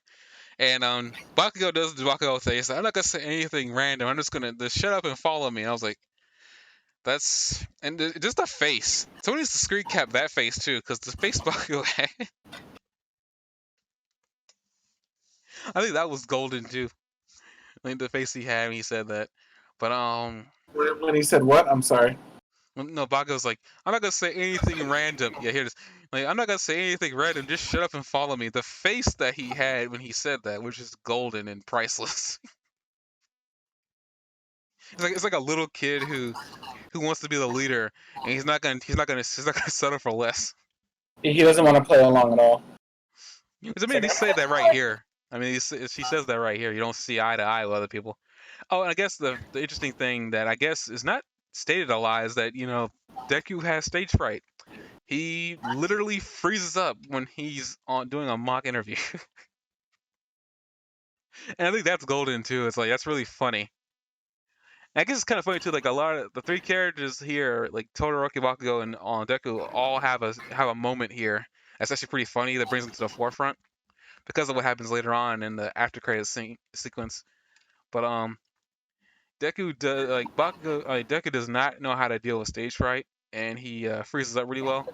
And they bring up the fact that a lot of his moves are like copied from All Might, but he brings up that he's like made him more useful for him. And this will bring up the other quirk that he showed, and Deku brings it out again for the first time after 2 weeks, and it's only a small thread, which I mean it's impressive he can just bring that out. But I guess another thing I want to bring up too is the fact that if you noticed when Deku brings that black whip out, it comes out of the knuckle gauntlets, so the knuckle shaft things on his own fist. I Hmm. thought that was an interesting little detail that it seems like the creator is like consciously making design choices on Deku's costume in preparation for a lot of this. Those were there like that the when he had that fight with Gentleman, like those the gauntlets he got those gauntlets during that part, but there was no way we were gonna know that he was gonna get another quirk. So I love that, he knows what he's doing and he knows what he's trying to do with Deku's abilities, and he's making the design choices there to make it so that at least it makes sense out of where it comes from on Deku's body. I thought it was a really cool like the little choice that they decided to show there. I don't know if it's ever always gonna come out of his out of those like little barrels on his hand, but it's really cool that it looks like when he does eventually learn how to control Black Whip, it looks like he'll be able to like have like a claw technique coming out of his fist. And that's exactly how I interpreted that. That it was like that his gauntlets were there to facilitate the use of that. It's such a pitiful little opening, but like so was his first uses of All Might. So I think it's great. I just like the design choice in the gauntlets though, because like those are kind of cool. I never even thought about that until now. But I was like, it's really. So I'm actually kind of curious what other parts of like Deku's costume were designed in such a way for power to come out of it. Because I don't Uh, see anywhere else on his like other than the soles on his feet. Nothing else on his costume seems like it was designed to do something like that. But hey, I could be wrong. I mean, it's pitiful, but Deku's happy. I mean, everybody else is like confused, but Deku's happy that he was able to get it to come out. yeah, I don't know if he has a lot of other things he could be doing with his costume, though. I mean, he jumps, he punches, he leaps, he.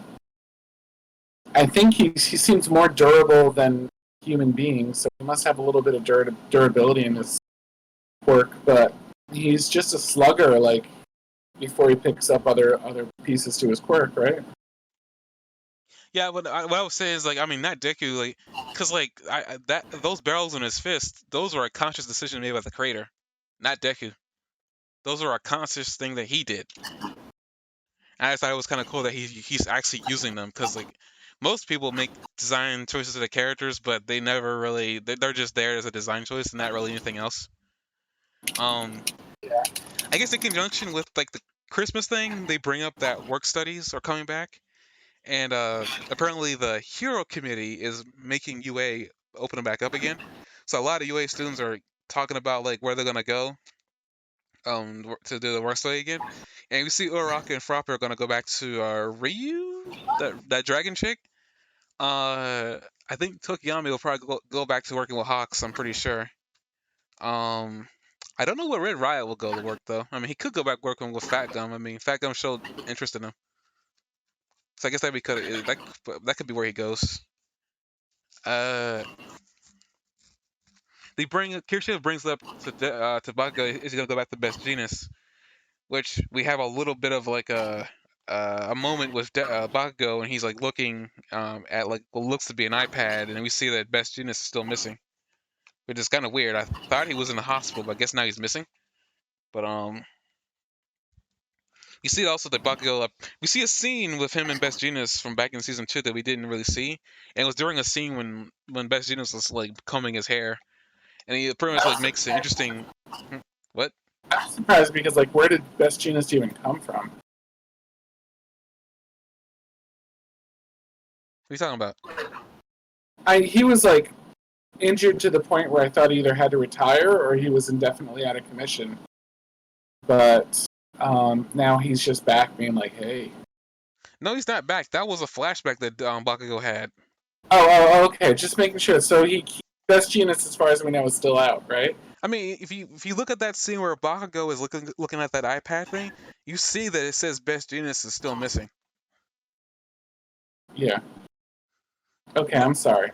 no, I mean, it's no problem. I mean, I guess it's easy to overlook, but I just thought it was weird because I thought he was in the hospital, so it's kind of weird that he's missing. So that was odd. I don't know. Not bit of something. I don't know, but what I want to bring up, like, it's kind of cool that we see a little bit of a scene from Best Genius and Bakugo. That it seems like Bakugo and him are bonded at a certain level, because he goes out of his way to look for him. Um, but we got Bakugo in his own Bakugo faction saying that I'll think about it, but I'm probably not gonna go back to him. But it was kind of cool because they have they bring up some. It's kind of interesting that I think there's gonna be some character growth with Bakugo. I found out there all this time where it's gonna involve his name. It's gonna involve his hero name. Because Best Genius like says like when you become a second year and get your provisional license, come back and tell me your name. And it's like that's just kind of interesting. Like they're putting some emphasis on Bakugo's hero name for the first time in a while. So I don't know Yeah. I don't know what it's gonna be. Because I mean, he makes it seem like it's gonna be a part of like Bakugo's like upcoming, I guess, upbringing. Like it's gonna be about who he wants to be or who he needs to be. So that'd be kind of cool. See anything else with that scene? I think you wax very poetic about your favorite characters.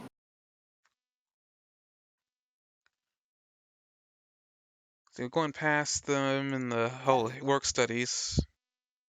I guess another thing too, like you brought up like Azawa being this snitch. All Might's very positive. No kids in the no students in the UA course are like a I was spy. joking about Eraserhead being the snitch. I was just I was joking about Eraserhead being the snitch, not Aizawa. I don't think he is. I was just joking around about how terrible it would be. Aizawa and Eraserhead is the same character. Oh, I'm sorry. When you said Aizawa, I was thinking Shinzu then, his student. I never I don't. thought of Shinzo as like. I mean, oh, you were joking that he was okay. Yeah, literally flipped the table off of that one. I was joking, but if that was the case, I would really flip the table. Yeah, You would not hear from me for the rest of the year. Like Jesus, like that. I would love to hear you like screaming all the way down there my I way. really like Shinzo. And I don't want him to be a bad guy because they keep on making those things about him being a bad guy with his quirk. Like I It's don't all want right. that. We But know it's.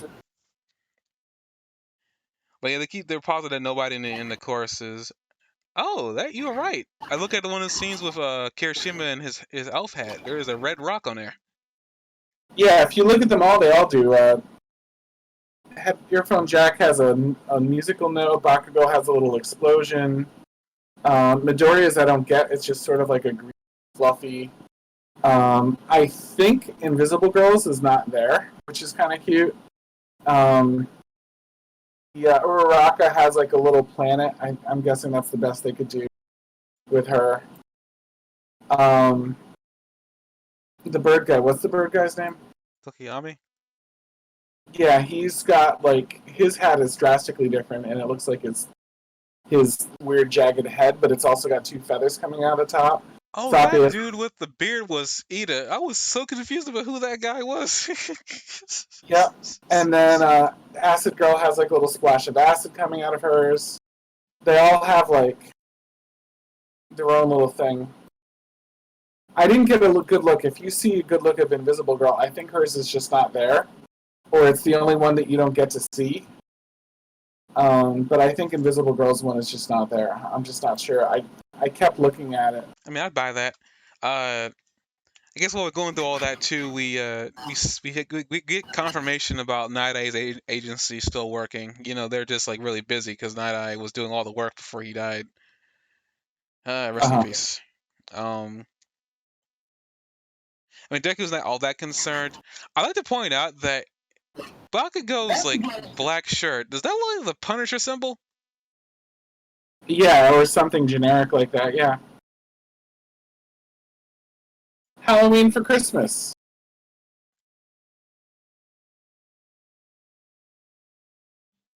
I mean, well, people have Christmas in July. I mean, so sure, why not? Yeah, that thing says like Best Jeanist is missing, which is weird.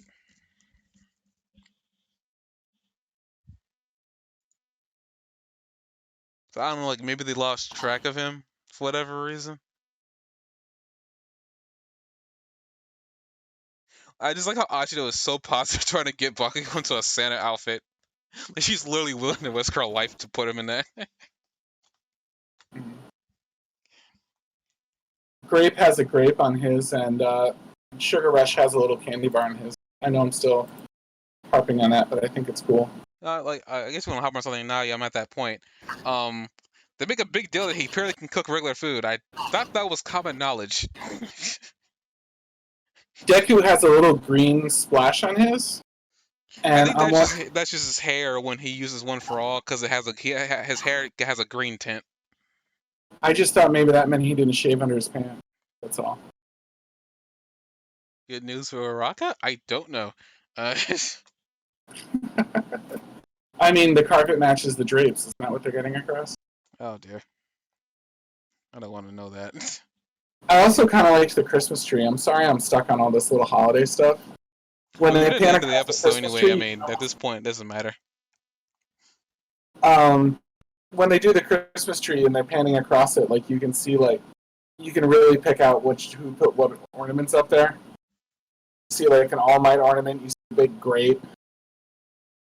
You see a frog. You see like an animal. You see a cross with a snake wrapped around it, and the cross and the snake are both black, and you know that was probably Bakugo. I love that. I love the little notes. That's what I mean. I love the depth of the animation and that like there is so much to figure out. I mean, there is animating from the manga, so I'm pretty sure that was in there in the manga anyway. I wish I actually had the volume for that, but I don't, unfortunately. But I wish I'd been there for this. I would have loved to give Froppy a little Secret Santa gift. You know what I mean?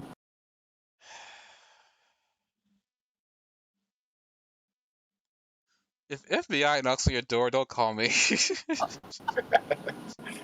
never know. I just have to open the door and she just frees up. You know? Jeez. She You can't see move. them having their, Christmas celebration. We see also that Deku brings up like, in his own mind, his own monologue, that like he wish he could like they hope they could do this again next year, which makes me believe that that wording tells me that something's gonna really get messed up around the holiday season next year. I don't know. It'll be sad, but it's likely. We'll probably never make it to that point, which is probably the reason why we're even having this special anyway, near July. But speaking of presents, Tokiyami and that giant Buster Sword has been bugging me the entire time. Is it a Final Fantasy reference? I'm calling it a Buster Sword because I don't know what it is. It's as big as one. I'll say that much. It made me immediately think of Cloud. The only problem like I have is like it seems so random at a place to put like a Final Fantasy reference. Then again, I mean it's also possible the creator might be a fan of Final Fantasy, which wouldn't be too much of a shock. But it seems so like on the nose to with all the other references that he's made. It seems so on the nose to put a Buster Sword into his show. But He likes to break his own animation style from time to time just to remind you that he can. I mean, some of the heroes you see are just drastically from different worlds of animation than other ones. Like the comic book guy, for example, or just like some of the miscellaneous ones that they throw in here are just drastically different. I think he does that just to like give himself the freedom to break his own rules with animation as often as he wants without it being anything more than quirky. It's almost like to reserve the right to do it, he has to do it once in a while. And it's fun. So I think it's kind of a cool little thing that he does. yeah, and then they give the sword to Eri, and it still confuses me. And then the reaction, I forget who it is, but somebody reacts like, "Whoa!" in the Yeah, I want to background. say that that's Tailman, but I don't know if that's because I mean he's the only other blonde guy there, right?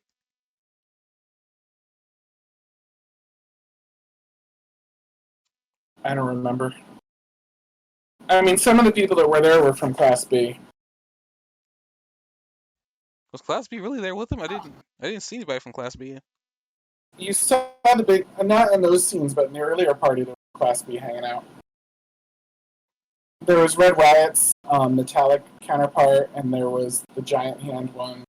I said, And speaking of that, I love that. I mean, I already brought this up before how I like that like they're starting to make differences between those two because they're not 100% the same. Their abilities are anyway. And I like that they've made the reference in the show that like he can't. He confirmed it. He cannot make the metal that he turns into denser, but he can resist the heat. Kirishima, on the other hand, can make himself like the skin on his body denser. Well, not denser, but like harder. So I do like that they finally, at least they're finally making those differences because it kind of irks me a little bit that they say that they're the same, that their powers are basically the same. I mean, on the base level, yes, but like when you get out of it, they're not the same. yeah, I guess to end this off here, uh, essentially, I said this earlier on, but like Todoroki extends an invitation for Deku and Bakugo because they don't have anywhere to go for their internships to come with him to his father's agency, and like that was like it was like kind of a shock. It looks like it was a shock to Bakugo because we panned to him first, and then we panned to Deku, and he's like shocked that he even offered to him as well. So it's kind of cool that it seems like they're having their friendships getting better. Looks like, but essentially, yeah, it looks like they're going to be interning with Endeavor.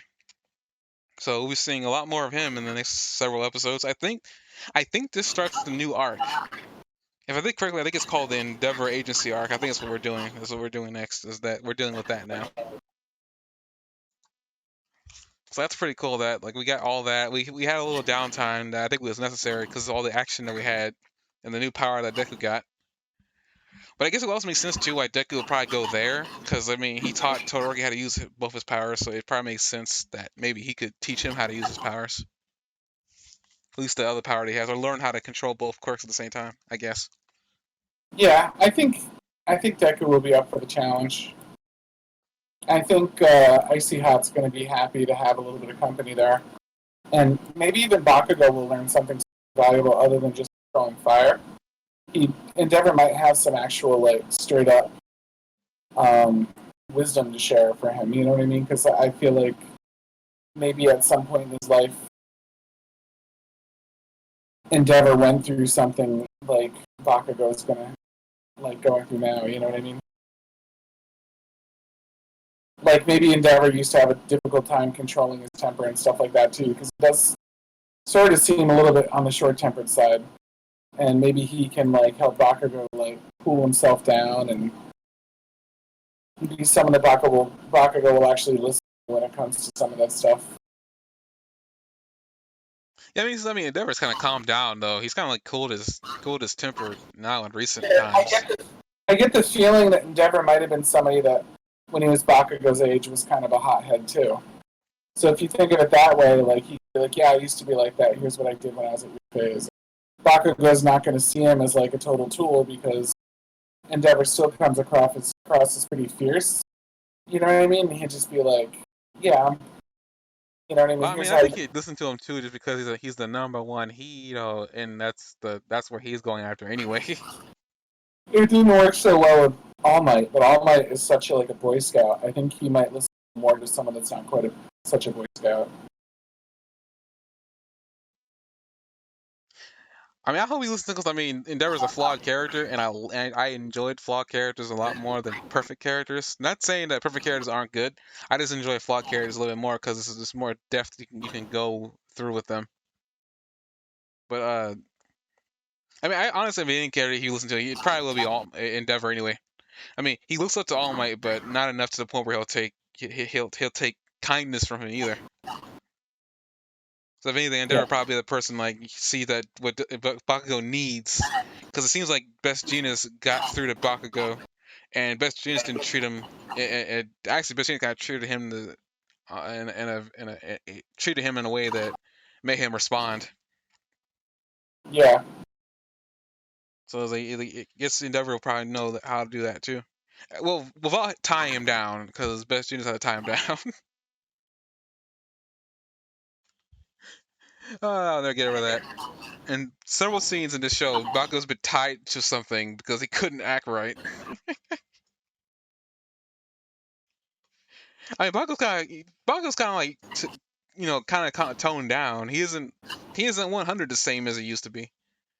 So I mean, sure, he's even giving advice to people that I don't think he would have given advice to in the past.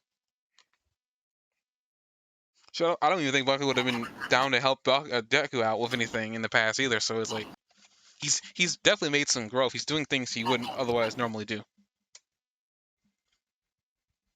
And I like that about his character. yeah. But we are almost 2 hours into this. But I guess that's it.